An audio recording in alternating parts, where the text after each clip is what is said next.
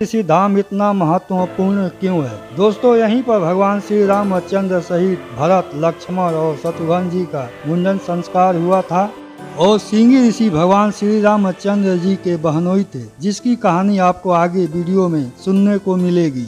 श्रृंगी ऋषि धाम आने के लिए सबसे पहले बिहार के किऊल रेलवे स्टेशन या लखीसराय रेलवे स्टेशन आना होगा। लखीसराय रेलवे स्टेशन या किऊल रेलवे स्टेशन से श्रृंगी ऋषि धाम की दूरी है 22 किलोमीटर। आप चाहें तो इसे ऑटो रिजर्व करके तय कर सकते हैं।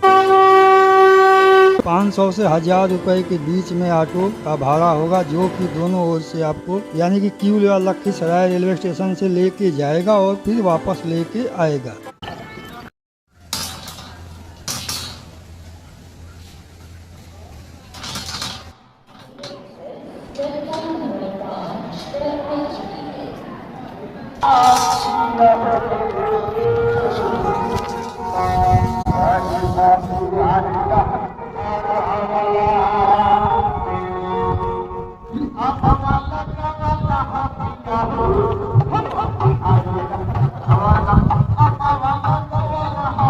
श्रृंगी ऋषि के पिताजी का नाम था महर्षि विभांडक और उनके दादाजी का नाम था महर्षि कश्यप। विभांडक ऋषि महान तपस्वी थे।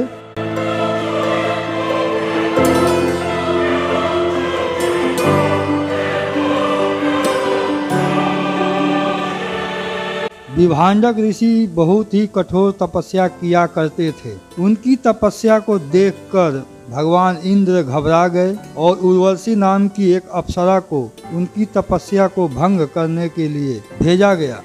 विभांडक ऋषि ने जब उर्वशी को देखा तो उनका तेज निकल गया और उस तेज को आगे हिरण पानी पी रही थी, उस पानी के साथ पी गई। कहा जाता है कि वह शापित देव कन्या थी। बाद में देव कन्या रूपी हिरण ने एक शिशु को जन्म दिया और पुत्र को जन्म देने के बाद विभांडक ऋषि के आश्रम के पास ही उस पुत्र को छोड़कर वापस देवलोक चली गई।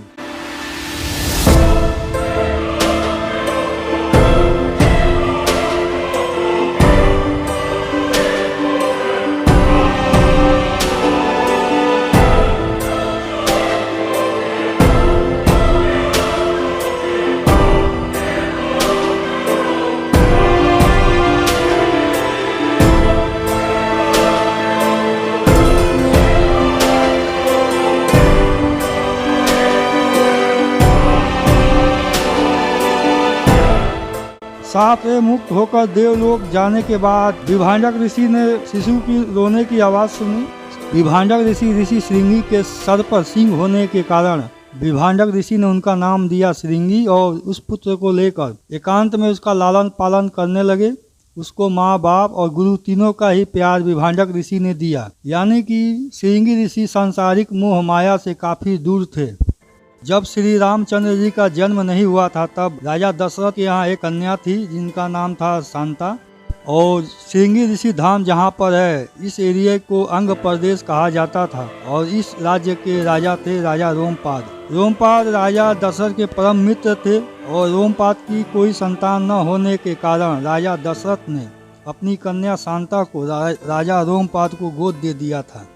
यानी भगवान श्री रामचंद्र जी के जन्म से पहले ही राजा दशरथ ने अपनी पुत्री शांता को राजा रोमपाद को गोद दे दिया था। राजा दशरथ के यहाँ कोई भी संतान न होने के कारण अब राजा दशरथ काफी चिंता में रहने लगे। राजा दशरथ अपने गुरु की सलाह पर राजा रोमपाद के राज्य में श्रृंगी ऋषि धाम में ही अपने गुरु वशिष्ठ की सलाह पर राजा दशरथ ने इसी स्थान पर यानी श्रृंगी ऋषि धाम में श्रृंगी ऋषि द्वारा यज्ञ करवाया था। उस यज्ञ से प्राप्त खीर से राजा दशरथ के यहाँ 4 पुत्र हुए, भगवान श्री रामचंद्र जी, भरत जी, लक्ष्मण जी और शत्रुघ्न जी।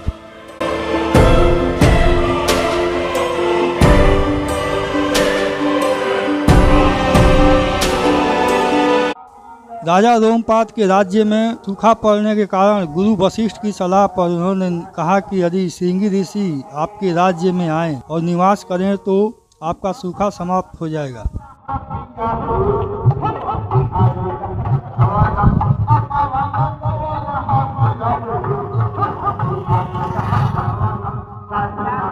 श्रृंगी ऋषि को लाने के लिए लखिया नाम की एक वैश्या को नियुक्त किया गया। लखिया ने श्रृंगी ऋषि को लाने में सफलता प्राप्त की और श्रृंगी ऋषि फाइनली राजा रोमपाद के राज्य में आ गए और राजा रोमपाद के राज्य का अकाल खत्म हुआ।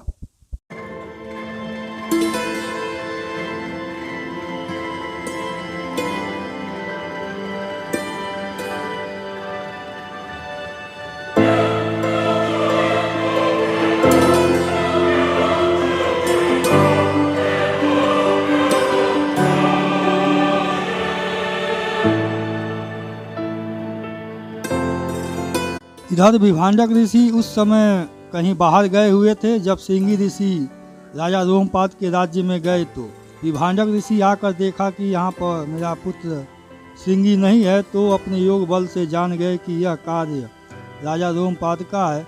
उधर राजा रोमपाद विभांडक ऋषि के क्रोध से बचने के लिए अपनी पुत्री का विवाह श्रृंगी ऋषि से कर दिया और गोद ली हुई पुत्री शांता का विवाह जब श्रृंगी ऋषि से हो गया तो यह सब देखकर विभांडक ऋषि का क्रोध शांत हुआ और विभांडक ऋषि अपने पुत्र वधू को लेकर चले आए। इस कारण से भगवान श्री रामचंद्र जी के बहनोई हुए श्रृंगी ऋषि।